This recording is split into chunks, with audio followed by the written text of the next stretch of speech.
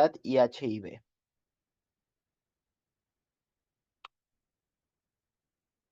Vamos a ver que frente a un antígeno, una injuria, un patógeno, el sistema inmune, lo normal es que responda. Va a dar dos tipos de respuesta. Una innata, que va a ser rápida y no va a generar memoria, y una adaptativa, que va a ser más lenta, pero más específica y sí genera memoria.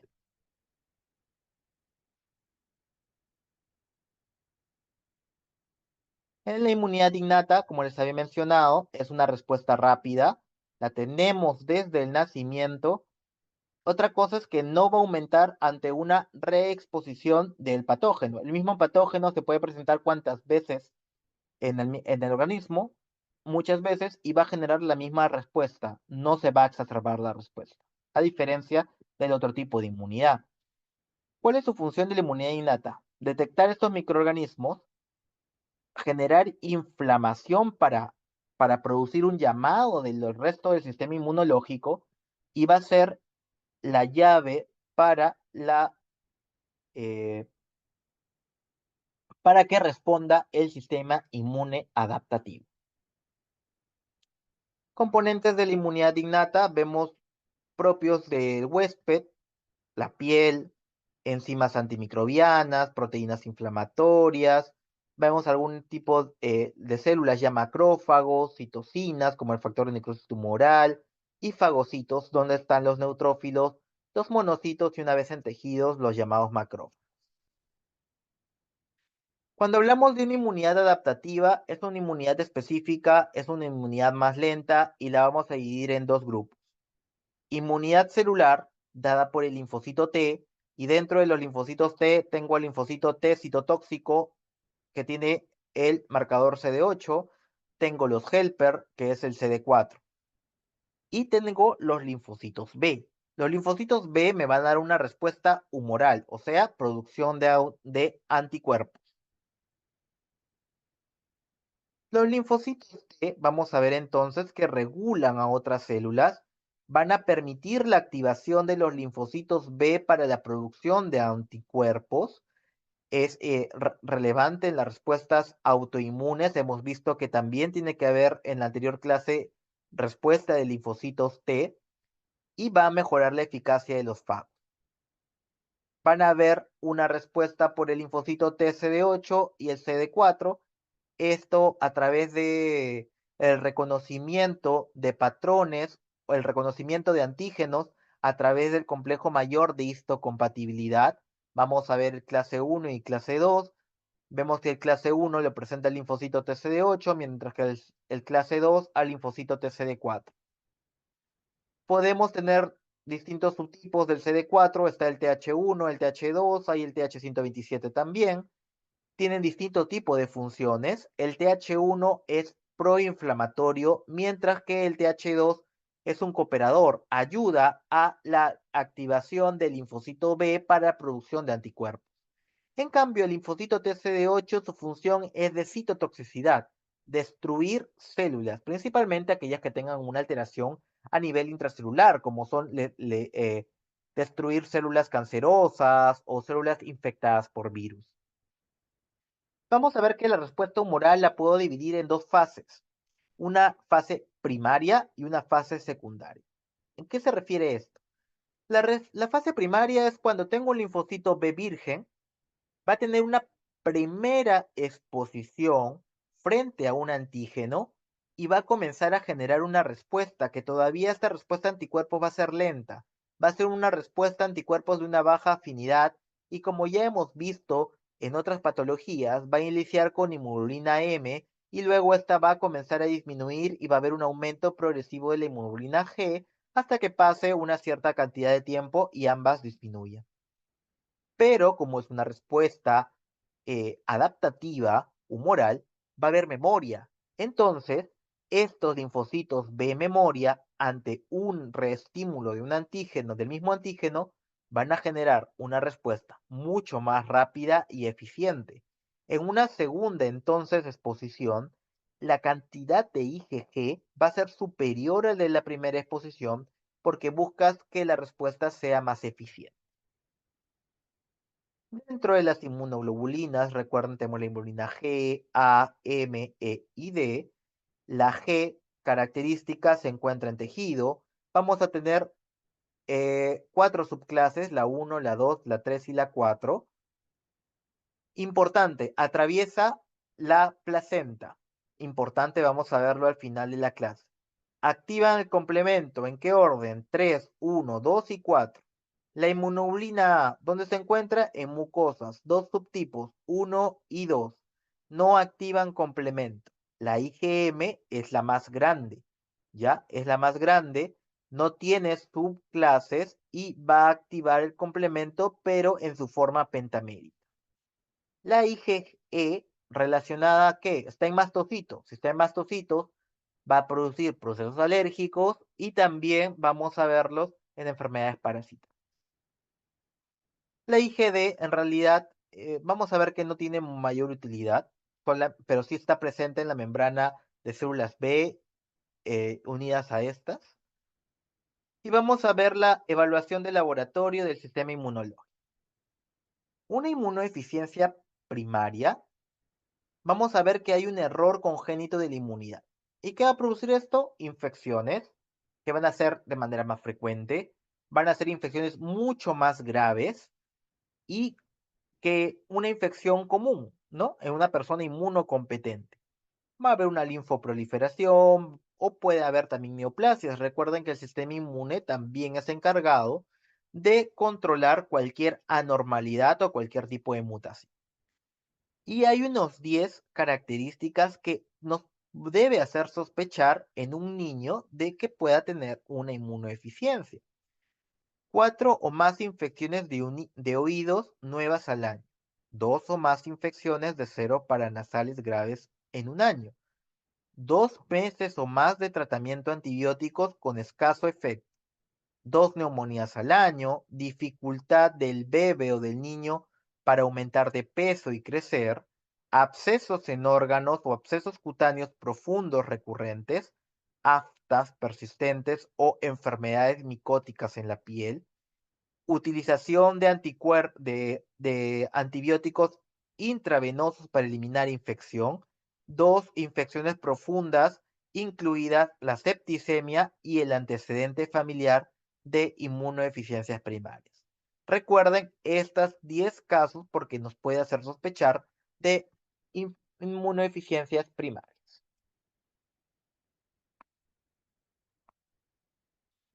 ¿Cómo hace el acercamiento inicial? Primero tengo que descartar. Descarto errores congénitos de la inmunidad. Desregulación inmunológica, por ejemplo, enfermedades autoinmunes, trastornos inflamatorios, neoplasias, alergias, linfoproliferación no maligna, como adenopatías. Muy importante, la historia clínica y el examen físico. Ya habíamos visto dentro de las 10 características o las 10 que nos pueden hacer sospechar de una inmunodeficiencia primaria, que este niño no crezca y no gane peso. ¿Cómo es la infección? Frecuencia, cronicidad, gravedad, responde al tratamiento, hay necesidad de tratamiento endovenoso, qué agente infeccioso también está causando dicha patología, porque puede ser un agente infeccioso que normalmente no causa mayor complicación en una persona, pero en este niño sí. Edad, importante, sexo, hay algunas inmunodeficiencias ligadas al cromosoma X y los antecedentes familiares de infección. Entonces, dentro de las pruebas de laboratorio vamos a ver un hemograma. Dentro del hemograma hay que valorar si hay una linfopenia, nos puede hacer sospechar. Hay una inmunodeficiencia celular, humoral. Neutropenia, hay alteración de los fagos, una inmunodeficiencia secundaria. Si hay leucocitosis, quiere decir que no hay una disminución de las células, pero sí de repente de su función. Hay monocitopenia, eosinofilia. Recordar siempre de que en este caso hay que llevar los valores de linfocitos en base a la edad, al grupo etario del paciente. ¿Qué otras pruebas de laboratorio vamos a realizar? Bioquímica, en la cual hay que descartar trastornos como diabetes, enfermedad renal crónica, proteínas, recuerden que el sistema inmune requiere de proteínas, Puede haber desnutrición, hipoalbuminemia, globulinas elevadas relacionadas con una gamapatía de repente infecciones, exámenes de orina en la cual vamos a evaluar proteinuria, pérdidas de proteínas, con las cuales nos está generando una inmunodeficiencia, infecciones específicas a través de cultivos o serología, de infecciones que pueden llevar a casos graves en pacientes que sospechamos de inmunodeficiencia. Y hasta este punto es donde se va a detener un laboratorio, un centro primario de atención. Una vez identificado este paciente a través de su clínica y estos estudios, su objetivo es derivar al paciente. Vamos a ver la evaluación de la inmunidad tumoral a través de proteínas, anticuerpos, inmunoglobulinas, autoanticuerpos, citocinas, entre otros. Y ya vemos la evaluación de los tipos específicos de trastorno. Cuando sospechamos de una deficiencia o un defecto de los anticuerpos, vamos a ver que este paciente va a tener infecciones pulmonares graves, infecciones por eh, agentes encapsulados como el Streptococcus pneumoniae por virus.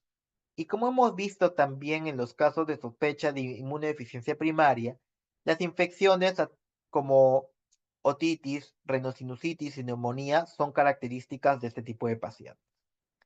Recordar, en los niños puede haber una hipogamoglobulinemia transitoria.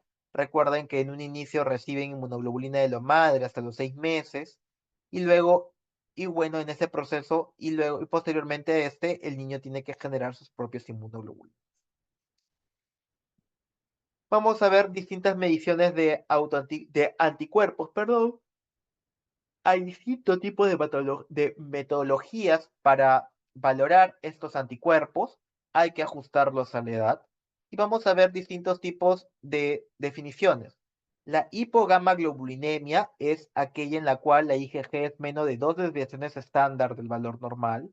La agamaglobulinemia, ya hablamos de un valor de menos de 100 miligramos por decilitro de IgG. Y la pan-hipogamaglobulinemia, cuando hay una deficiencia tanto de IgG, IgA e IgM. La IgE está elevado en pacientes que tienen procesos alérgicos o infecciones bacterianas o fúngicas de manera frecuente.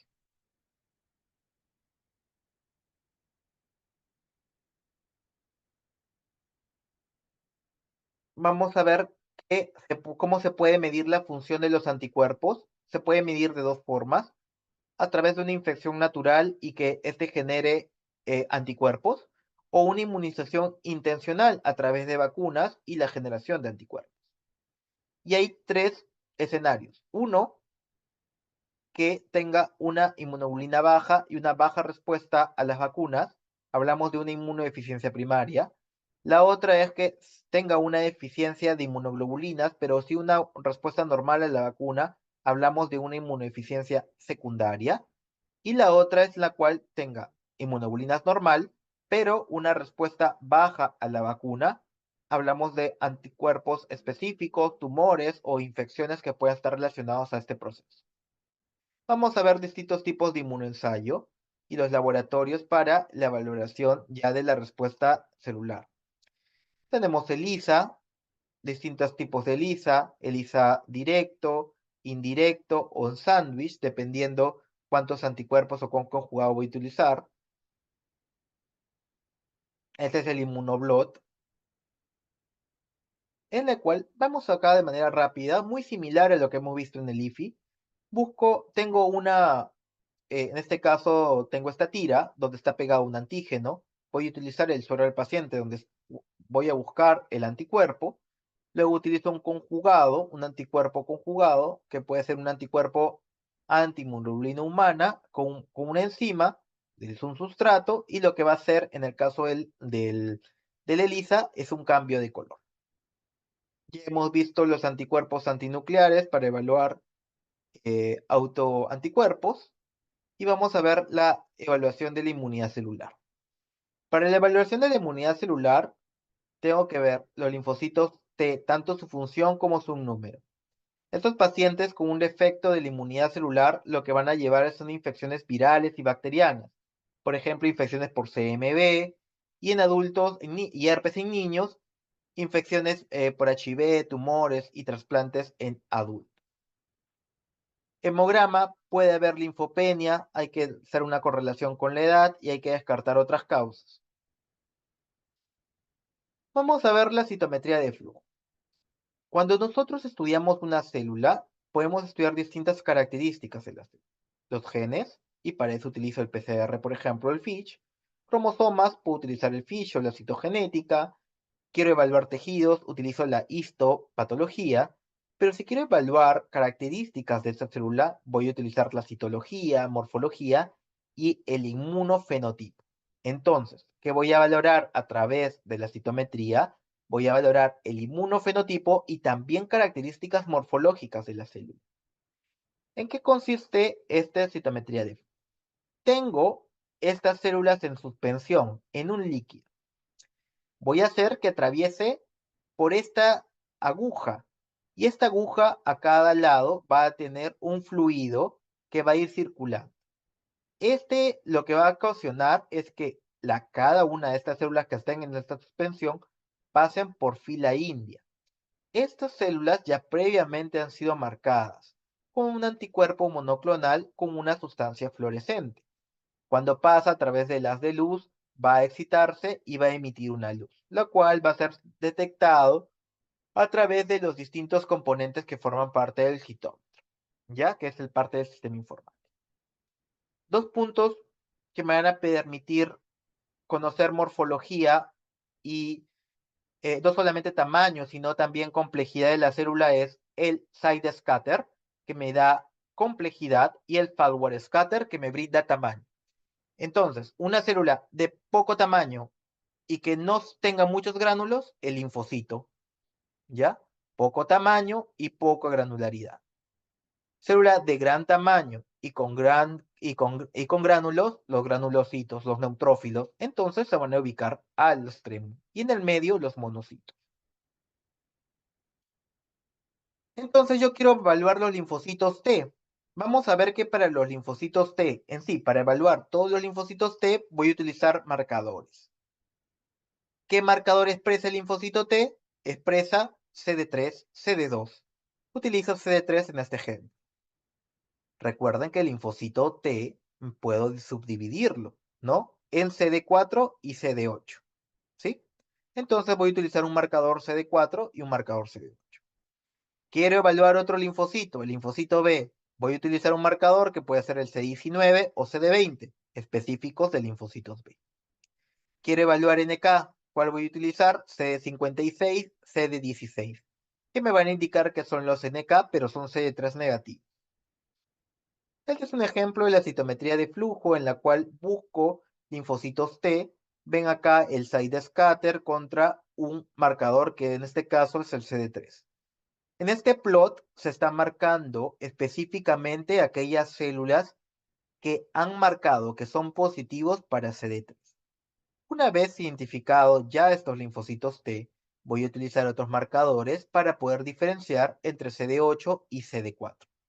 Utilizo entonces los CD8. CD8 positivos son estas células que ven acá y CD4 positivos estas células. Acá las han coloreado de manera diferente porque acá vemos CD8 y vemos linfocito CD20 con CD4. Acá estos son los CD4 positivos, ¿ya? Con otro color. Y acá seguramente hay algunos que pueden ser doble positivos. CD4, CD8 positivos. En el caso del linfocito B, voy a utilizar el CD19. Miren, es el mismo que el linfocito T, pero este tiene un CD19 y lo puedo dividir en aquellos que tengan lambda y tengan kappa. En caso de los linfocitos NK, los voy a identificar a través del CD16 y CD56. Recapitulando, linfocitos T, CD3, CD4, CD8, linfocitos P, CD19 o CD20, el NK, CD16, CD56. Y ahora vamos a ver al virus de inmunodeficiencia humana y las pruebas diagnósticas. Un poco de historia, el SIDA se identifica por primera vez en 1981 por 5 pacientes que habían desarrollado Pneumocystis jirovesi, neumonía por Pneumocystis jirovesi, y 26 pacientes con síndrome de Kaposi. En el 83 se aísla por primera vez en París el virus del VIH. En el 84 se demuestra que este es el agente causal del SIDA. Para el 85 ya hay una prueba de ELISA. Y para el 86 se identifica el HIV tipo 2 en África Occidental. En cuanto a estadísticas mundiales, 39 millones de personas para el 2022 viven con HIV, de las cuales la mayoría son adultos. 1.3 millones contraen la infección para el 2022 y 630.000 personas fallecen a causa de infecciones o de alguna enfermedad relacionada al SIDA para el 2022. En este mismo año, 76% de las personas que viven con VIH tienen acceso al tratamiento. En el 2016, 82% de las mujeres embarazadas tienen acceso al tratamiento y las nuevas infecciones por HIV se reducen en 59% con respecto a 1995. En cuanto al Perú, vemos que la infección por el HIV tiene una disminución considerable para el 2020 y es porque se da la pandemia y los tamizajes disminuyen de manera considerable. Ya para el 2023 se están alcanzando cifras muy parecidas al del 2019 y esta es una valoración todavía de los primeros meses del 2024. En cuanto al grupo etario, el grupo de jóvenes entre los 20 a los 40 años sigue siendo el grueso de las infecciones por HIV.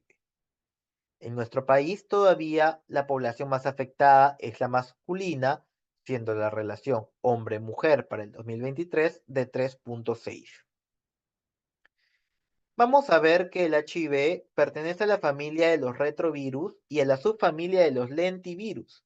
Era considerado en un inicio otros de los HTLV. Sin embargo, luego se reconoció que era un virus totalmente diferente.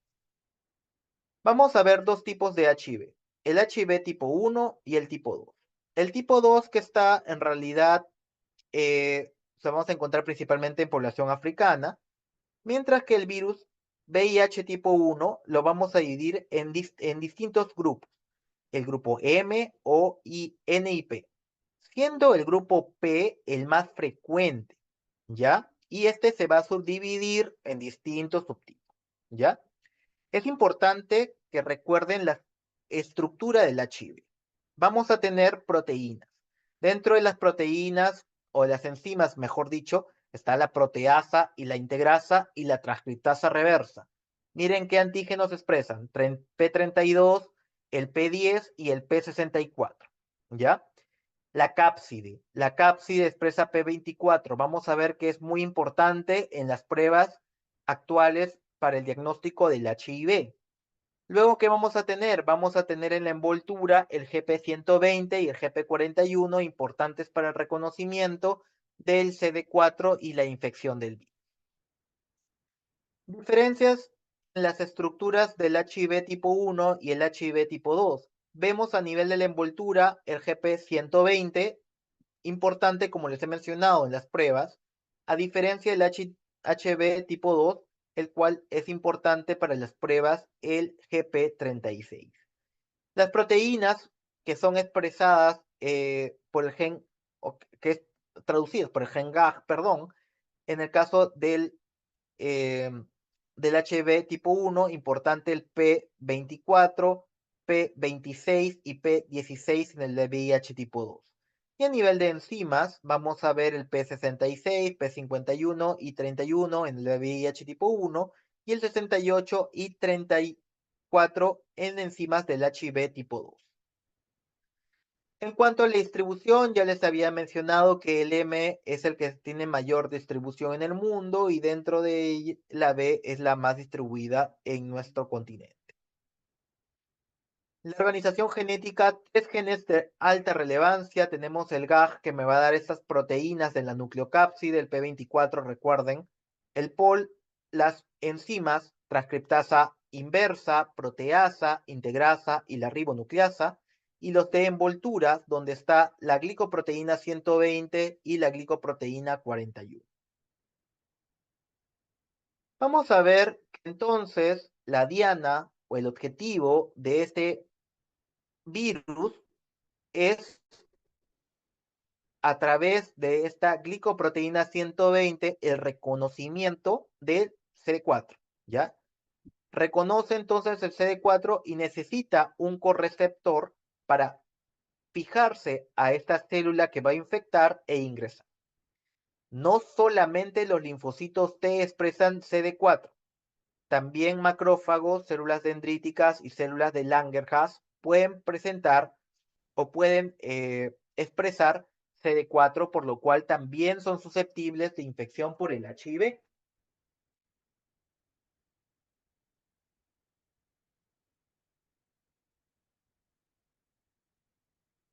Esta parte de los correceptores, como les he mencionado, no solamente es la unión de la glicoproteína con el CD4, necesita de un correceptor.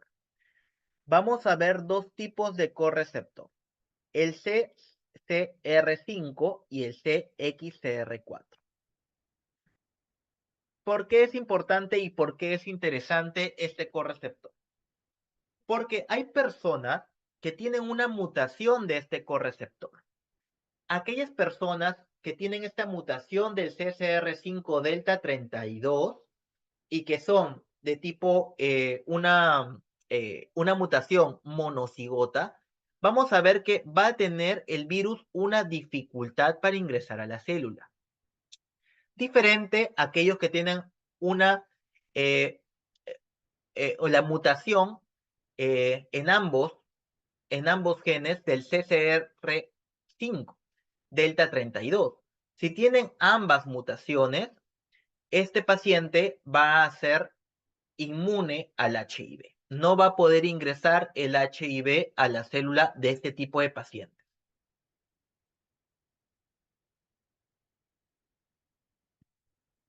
Vamos a ver acá el ciclo del HIV. Ya les había mencionado, la glicoproteína 120 reconoce este CD4, pero necesita el correceptor, el CCR5, para ingresar a la célula. Ingresa a la célula, recuerden, es un virus tipo ARN. Entonces, el ARN genómico de este virus se libera dentro de la célula y a través de la transcriptasa reversa se transforma en ADN no integrado. Este ADN viral va a ingresar al núcleo de la célula y a través de la integrasa se va a unir al ADN celular. Y esto lo vamos a llamar provirus.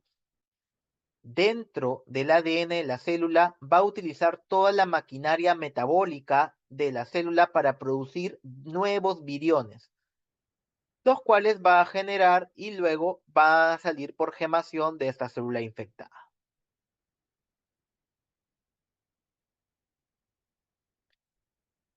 Vamos a ver cómo es la infección por el VIH.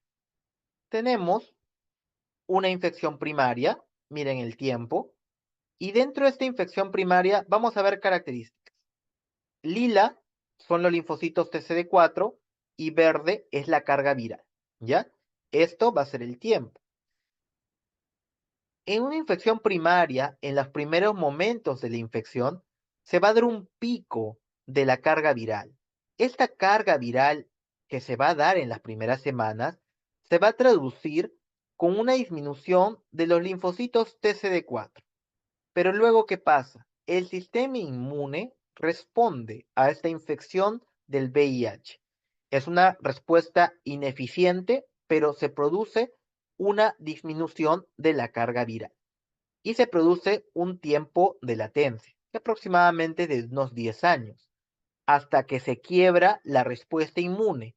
Se hace una respuesta tan aberrante y hay una destrucción tan compleja de los linfocitos T que esta infección comienza a ganar y entonces vuelve a subir la carga viral y aparece la sintomatología, las enfermedades oportunistas, los linfocitos T CD4 disminuyen de sobremanera y se produce la muerte del paciente por infecciones.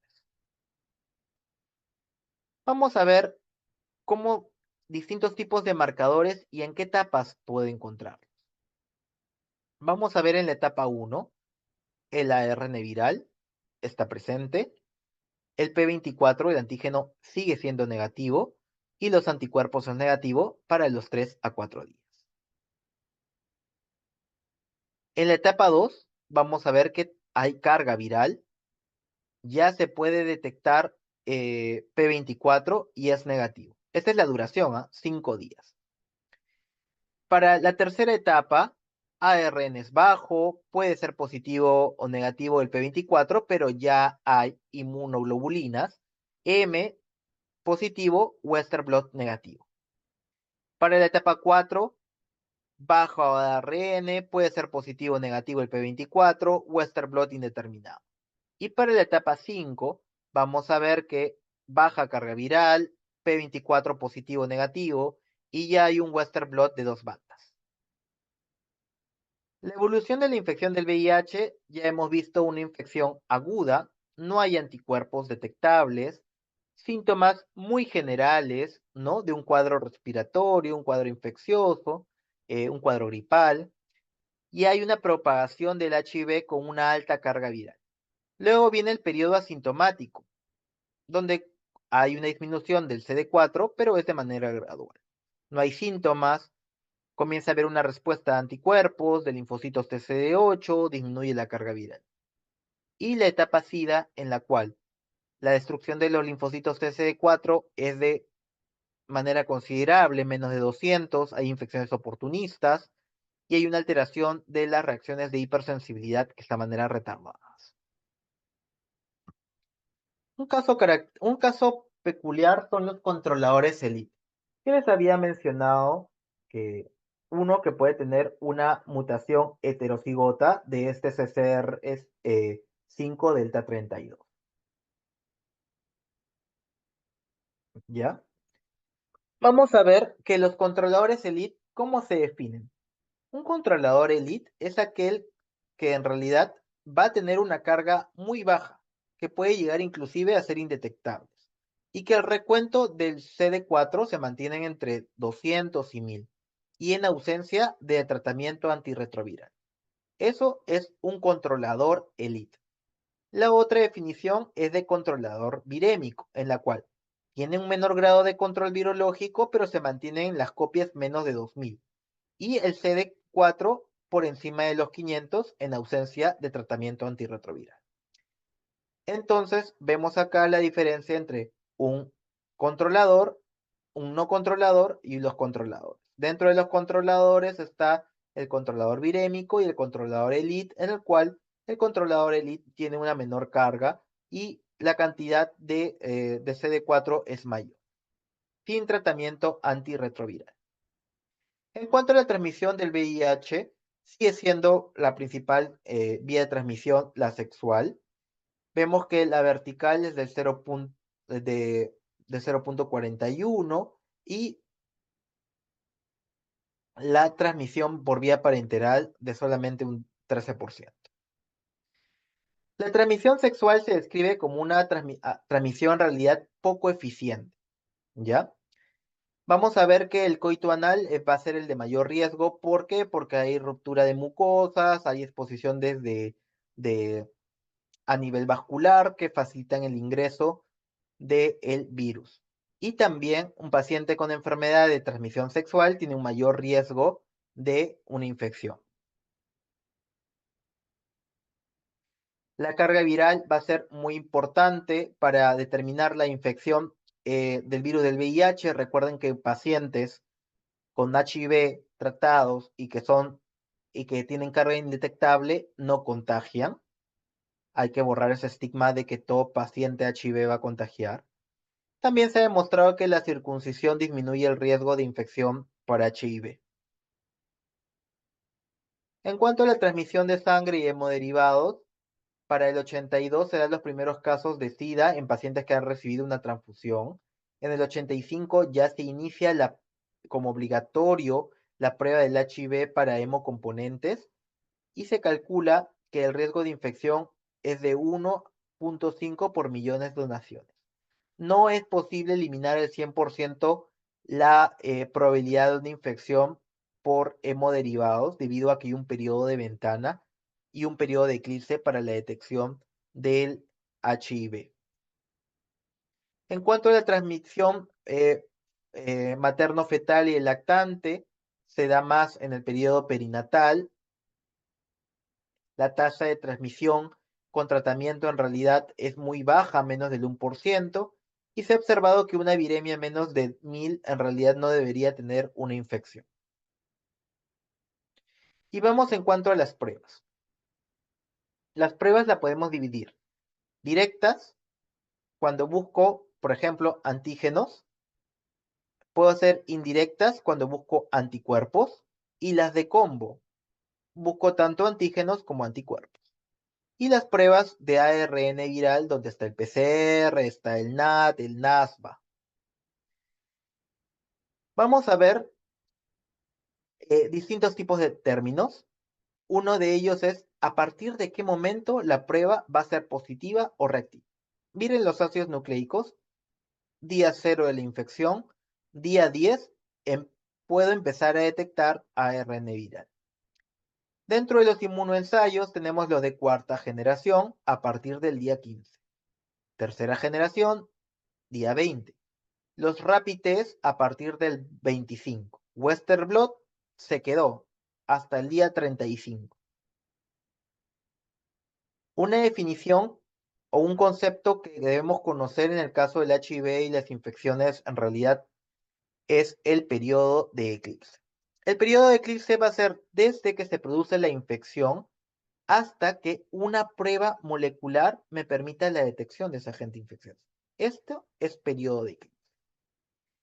Periodo de ventana, hablo desde la infección hasta la seroconversión, o sea, hasta que desarrolle anticuerpos el paciente. ¿Está bien? Tengo la prueba de cuarta generación que me permite la detección a partir del día 15 y ya los demás estudios se van comenzando a alargar.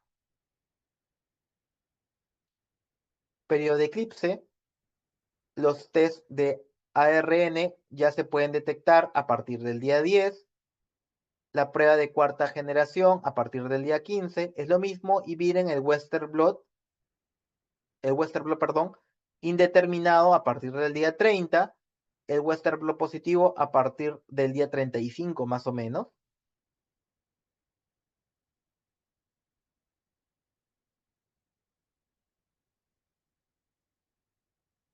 Esto lo vamos a ver más adelante. Vamos a ver las pruebas rápidas.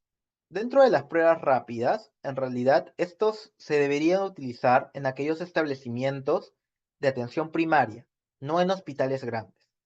¿Qué me permite? Me permite una evaluación y una decisión rápida. Por ejemplo, en mujeres gestantes, que requiero decidir qué tipo de parto van a dar.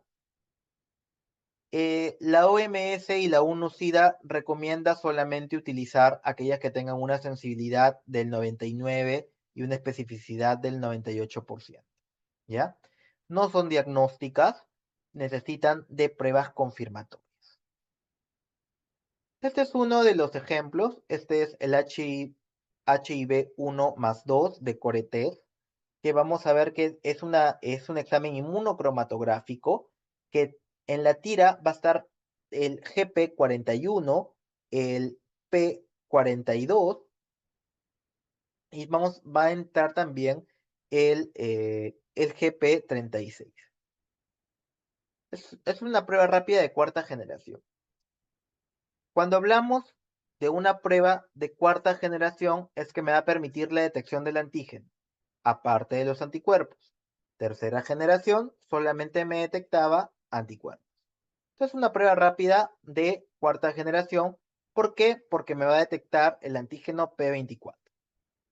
Se utiliza sangre, se mueve con el conjugado a través de la tira inmunocromatográfica hacia la región T.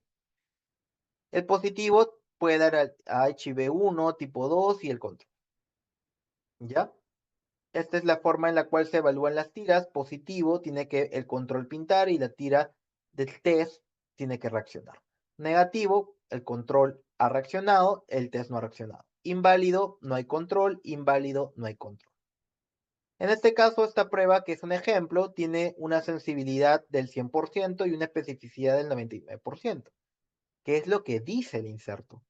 Pero la comparación que hace es con otras pruebas de inmunoensayo, no hace una comparación de repente con unos sueros de cero conversión o con una prueba que puede ser el gol estándar, que es ya la prueba moleculares, ¿no? Esto es lo que le mencionaba de los distintos tipos de generación. La primera generación utilizaba para la detección de anticuerpos lisado viral. Ya para la segunda generación son péptidos sintéticos. Para la tercera generación son proteínas recombinantes. Y para la cuarta generación ya permite la detección del antígeno P24. Estos son distintos equipos que se utilizan para la detección de la prueba de HIV de cuarta generación de manera robusta, o sea, de manera a nivel de laboratorio. Por ejemplo, acá tenemos una máquina que se llama Diazorin y el Abbott o el llamado Architect, que permite una detección en combo, se llama en combo porque detecta antígeno, anticuerpo en manera conjunta, ¿ya? Son pruebas bien rápidas, miren, puede llegar a 45 minutos para esta plataforma, 27 minutos para esta otra plataforma, y vamos a ver que los resultados tienen una alta sensibilidad y una alta especificidad. Por ejemplo, en el que les había mostrado, el de Liaison, que es una prueba por quimioluminiscencia, vamos a ver que ante un resultado reactivo, la acción necesaria es duplicar, o sea, volver a repetir la prueba,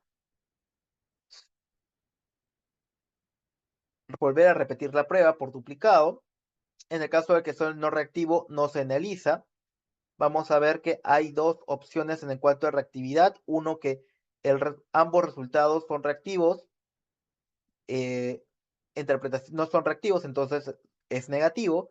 Uno o ambos son reactivos, entonces es positivo, o se tiene que realizar un estudio adicional. Este es en cuanto al architect. Vamos a ver que el punto de corte es un lot de 1, o sea que un resultado mayor a 1 es reactivo y uno menos de 1 es no reactivo. Falsos positivos para las pruebas de HIV. Fases iniciales de la infección, o sea que no haya realizado seroconversión. Estadios finales, también de la infección. Tratamiento inmunosupresor, lo cual hace que no tenga anticuerpos, por lo cual no se va a poder dar las pruebas para la detección de estos anticuerpos. Trasplantados de médula ósea son también pacientes inmunocomprometidos. Pacientes con hipogamaglobulinemia, no voy a poder detectar anticuerpos. Falsos positivos, inactivación de la muestra por calor, errores de identificación de las mismas, hemólisis, multíparas, hepatitis alcohólica. Y acá quiero dar un comentario acerca de las gestantes. Las gestantes pueden dar falsos positivos a este tipo de pruebas, ¿ya? Dan falsos positivos y vamos a ver que el lot de las gestantes es muy bajo. Puede ser de 1.2, de 1.3 o puede ser de 2, pero son para el inserto, son reactivas. Sin embargo, es un falso positivo, ¿ya? Obviamente vamos a ir a una prueba confirmatoria, pero es muy probable que, siguiendo el esquema del MINSA, vuelva a dar una reactividad y no hay que catalogarla hasta hacer otro tipo de pruebas. La prueba de Westerblot, que utiliza estas tiras donde hay antígenos, ¿no? Tiene una mayor especificidad que los otros tipos de pruebas inmunológicas. Vamos a ver que tienen distintos tipos de antígenos y en base a estos tipos de antígenos voy a poder extrapolar. No voy a dar mucha cabida al Western blot en realidad, su interpretación. ¿Y por qué? Igual el IA es otro inmunoensayo que permite o que se utiliza para confirmar, entre comillas, las pruebas inmunológicas hechas por quimioluminiscencia en los hospitales grandes.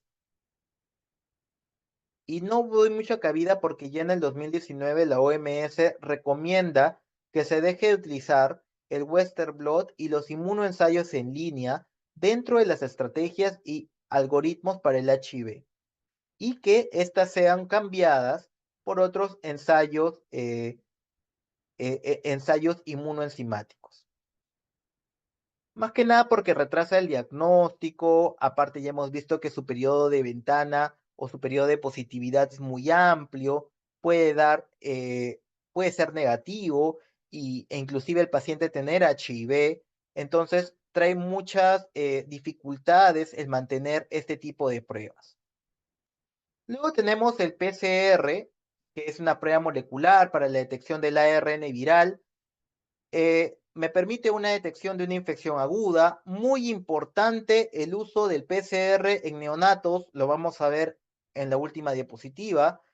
Eh, Cuando un resultado de exámenes serológicos son indeterminados, me permite también detectar, hemos visto que el periodo de eclipse es solamente de 10 días, y me va a permitir pronóstico y monitoreo del tratamiento. ¿Cómo monitoriza un paciente con HIV? Por su carga viral. Este me va a indicar si el tratamiento está yendo de manera adecuada o no. Este es un ejemplo de una de las pruebas que se utiliza, es un COVAS, AmpliPrep COVAS, el TACMAN VIH1, que permite una detección de un rango desde 20 hasta 10 millones de copias. Este es el algoritmo utilizado por la CDC para el diagnóstico de HIV. Entonces, vamos a ver. Empieza por una prueba antígeno-anticuerpo combinada para HIV tipo 1 y tipo 2. Vemos si esta sale negativa, queda ahí la prueba. Si esta sale positiva, en este caso lo que busca es identificar si es un HIV tipo 1 o tipo 2 a través de los anticuerpos específicos. Si sale indeterminada, en este caso, si sale, por ejemplo, perdón, HIV tipo 1, se detectan los anticuerpos, HIV tipo 2, anticuerpos, y los dos se detectan anticuerpos contra el HIV. Si es indeterminado, hay que hacer una prueba molecular. La prueba molecular sale negativo, no es HIV. Si es positivo, HIV, infección aguda por HIV. Este es el algoritmo, perdón, flujograma del ministerio. El ministerio estimula el uso de estas llamadas pruebas rápidas, o estos cassettes, en los distintos establecimientos del sistema de salud, y cosa que está bien, porque la OMS ya recomienda que toda persona alguna vez en su vida se debe hacer una prueba de HIV, y las personas que tienen un muy alto riesgo deberían hacerlo por lo menos una vez al año. Ya hay algunos esquemas que han visto de cada 3 meses o cada 6 meses, pero no ha habido un cambio significativo. ¿Cómo empieza entonces el flujograma del MIMS? Empieza con una prueba de tamizaje. Resultado negativo, no tiene HIV. Acá hay que hacer una cápite. Tengo una persona con un alto riesgo, puede estar recién en una infección aguda, puede repetirse la prueba. Se realiza una segunda prueba si esta salida reactiva. Pero esta segunda prueba tiene que ser con otro reactivo, con otro lote o otro inmunoensayo. Si esta sale reactiva, el paciente se va a reportar como reactivo. Si el resultado es no reactivo, hay una discordancia del paciente, ¿ya? Y se tendría que ir a una carga viral. Igual acá, carga viral.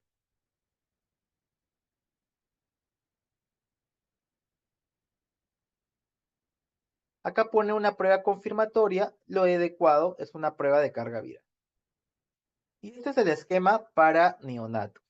Recuerden, hemos visto que hay anticuerpos que pueden atravesar la barrera placentaria. Dentro de estos anticuerpos están aquellos que va a identificar la prueba del HIV. Por ende, en un neonato, ¿le voy a hacer una prueba inmunológica para identificar HIV? No, porque pueden ser anticuerpos maternos. No se realiza una prueba, un inmunoensayo a un paciente neonato para identificar HIV. No se hace, porque es muy probable que salga reactiva por los anticuerpos maternos que están atravesando la placenta. Entonces, en estos pacientes Si es de suma relevancia, las pruebas moleculares. Al mes inician con una prueba molecular, con PCR. Si esta es positiva, se repite los 3 meses. Positiva, niño con HIV y tomarse el CD4 y la genotipificación. Negativa, niño indeterminado, se le repite a los 4 meses. 4 meses y el niño es positivo para HIV. PCR negativo, se le repite a los 3 meses. Si es negativo, ahí quedó el diagnóstico. No tiene infección por HIV. Si es positivo, es un indeterminado y hay que repetirle los 4 meses. Si es negativo, el niño no tiene HIV. Recuerden este flujograma en neonatos porque es diferente en adultos que el flujograma dado en adultos. Y he colocado este, que es el caso de London y de Berlín. Ustedes habrán escuchado a aquellos pacientes que se curaron del HIV. Estos pacientes recibieron un trasplante de células progenitoras hematopoyéticas de un donante que tenía la mutación CCRX delta 32, uno con una mutación homocigota y una con una mutación heterocigota. Es así que estos pacientes se curaron del HIV.